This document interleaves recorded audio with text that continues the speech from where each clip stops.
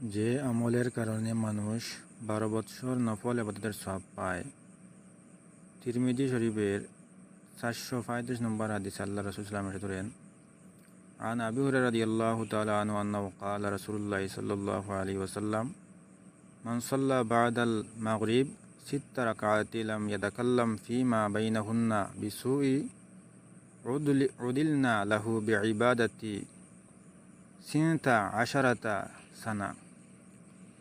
এই হাদিসে আবু হুরায়রা রাদিয়াল্লাহু থেকে বর্ণিত, রাসূল সাল্লাল্লাহু আলাইহি ওয়াসাল্লাম ইরশাদ করেন, যে ব্যক্তি মাগরিবের সুন্নতে মুআক্কাদা আদায় করার পর 6 রাকাত অতিরিক্ত নফল পড়ে, সে 12 বৎসর নফল ইবাদতের সমান সওয়াব লাভ করে।